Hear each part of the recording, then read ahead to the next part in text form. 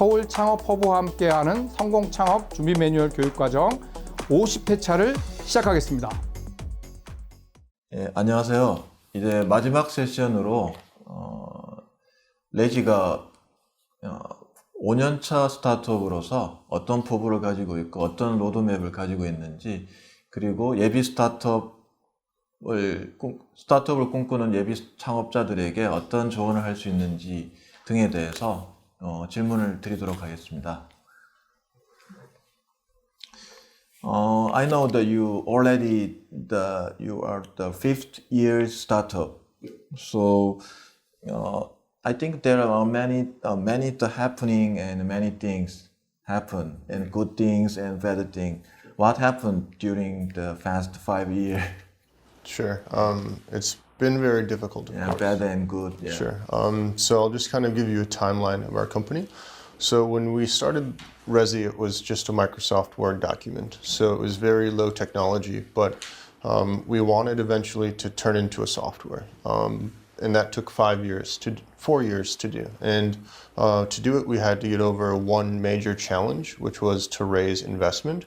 And since we're in Korea, there is an additional layer of difficulty of raising investment as a young foreigner and stuff like that. So for about 3 years, it was very difficult because we had to succeed in different programs, get government support, for example, to survive and stuff like that. So we weren't profitable until a few months ago. So now we don't really have that pressure. But back then it was, of course, a lot of financial difficulties until we were able to raise our angel investment and so on. So, but now that we raised investment and we developed the software, now we're just growing like crazy. So it's taken maybe 4 years to get to the start. And that's a long time to stay focused and to stay motivated and stuff like that. So. Yeah, that's good.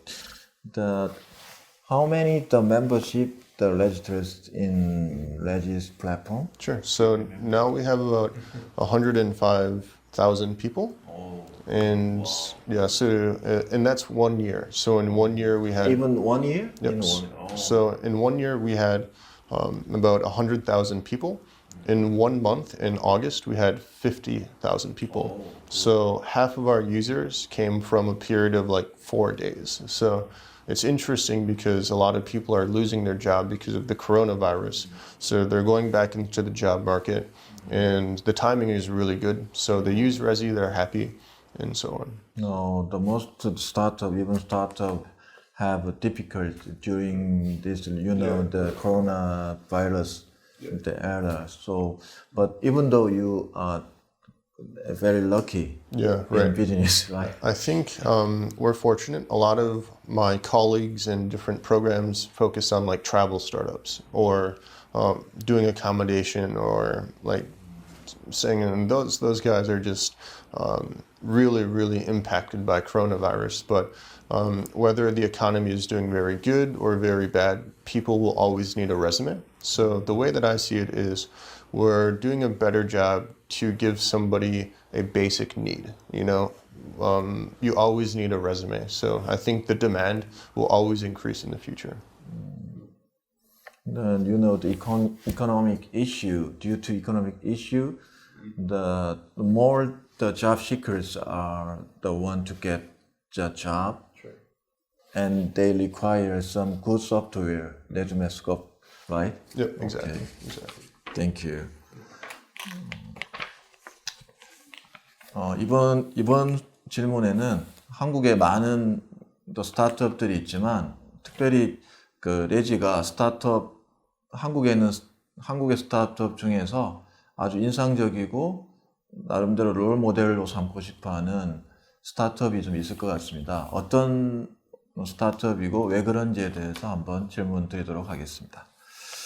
There are a lot of the Korean startup, but and failure and some startup successful failure. But among them, which Korean startup did you see the most impressive? Sure. And why? Sure. Yeah, I think there's been Well, first off, like starting a startup is really hard, and also going global is very difficult. So I'm always impressed by Korean startups that are able to go global and to do something extremely well. I really care about execution. So when I look about other companies, I think that startups who are able to execute extremely well are very impressive. Sendbird, which is like the messaging API. They're a Korean startup and they flipped the company, went global, and now they're in Silicon Valley and they raised a tremendous amount of money and they're used by global companies all over the world. So they do such a good job on everything. So I think that's a really inspiring company. So You wanna meet the CEO of the Sandbar? maybe Not really. not really. I'll just send him an email and say good job. That should be okay. But maybe he might want to meet Rezi. I don't know. I hope you become the only the global successful in Korea, the respected by Korean startup role model. Yeah, maybe. I hope so. Yeah, we'll see. Then I think that you already the 5 years in the startup, so you have any in near plan? So any next 5 year roadmap maybe? So can you tell me for a while? Sure. So when we look towards the future, it's what do our users need? And we're seeing, actually, we communicate with our users very often, and we ask them, like, what should we do for you next? And the number one question or reply to that question is users want Rezi to help them get a job. So that means if they make a resume, then we have that information. And if we have established relationships with companies, then we can be the middleman between the job seeker and the company directly. And that gets a little bit more into the hiring aspect rather than just job preparation, which the resume is. But we also see these types of companies become very, very large very quickly. So with the power of the data that we have, it's designing systems to make it accessible for companies while respecting the rights of the users at the same time. Yes, thank you. So among the 100,000 the membership listed registered sounds very wonderful. So I'm wondering which country the nationality is the most Popular? proportion? Yeah, North America, like Canada and the US. So the USA is number one. We have about 60%. South Korea has around 13%. And then, yep, number 2 or 3, it depends. India is always surprising. We have a lot of traffic from India, Canada, the UK, Germany, and so on. So, How about China? we don't see much growth in China, actually. We've never really tried, but that would be an interesting next step. Going back to your other question about the 5-year plan, if we can have the right resources in place, then to expand globally would make more sense. And China is a very interesting and competitive place, so that's a new challenge for sure. Okay, thank you. And through today's interview, then most pre-startup are getting the interest in how to set up their own startup. But you ever already had the difficulties and up and down and financial issue and the member issue. So what are 3 things that can give the advice for startup? Sure. So the top 3 tips I would give to people who are considering starting a company. I have so many tips, actually. So first off, it's going to be hard, right? It's going to be an extremely long time too. I think a lot of times people underestimate how long success will take within a company. So they have to be prepared to do it for a long time. And the factors that will help them operate for a long time will be, you have to be execution focused. You have to do a good job on what you do and do it quickly. I think a mistake that a lot of people make these days is they move too slowly, they plan and they take too long. And that's a tremendous mistake because it's very expensive to move slowly. So in our case, I think the fact that we've been a very small company that can move very quickly has been a significant factor of our success. The second advice would be to have good mentors, to leverage the experience and network of those who have been in the place where you want to go, because you can learn so much from other people. And the third advice is just to do it. You know, I think a lot of people Just do it. yeah, just do it, right? Like Nike, exactly. I'm going to get sued for that one. But yeah, just be confident in yourself, have the right motivation and be disciplined, work hard, and just take the first step. These days, you can use other softwares or other tools to very quickly make your service. So I think people overestimate how difficult it is to get started and underestimate how long it takes to be successful. So I think those would be, just looking back at the past 5 years that we've been in operation, those would be the top three advices for success. I think you have much more tips for Yeah, startup, yeah, but many tips. limited Yeah, time, interview absolutely. time. So you know the practice makes perfect. Sure. You do conduct your practice make the much more the advanced. So a good point. Yeah, absolutely.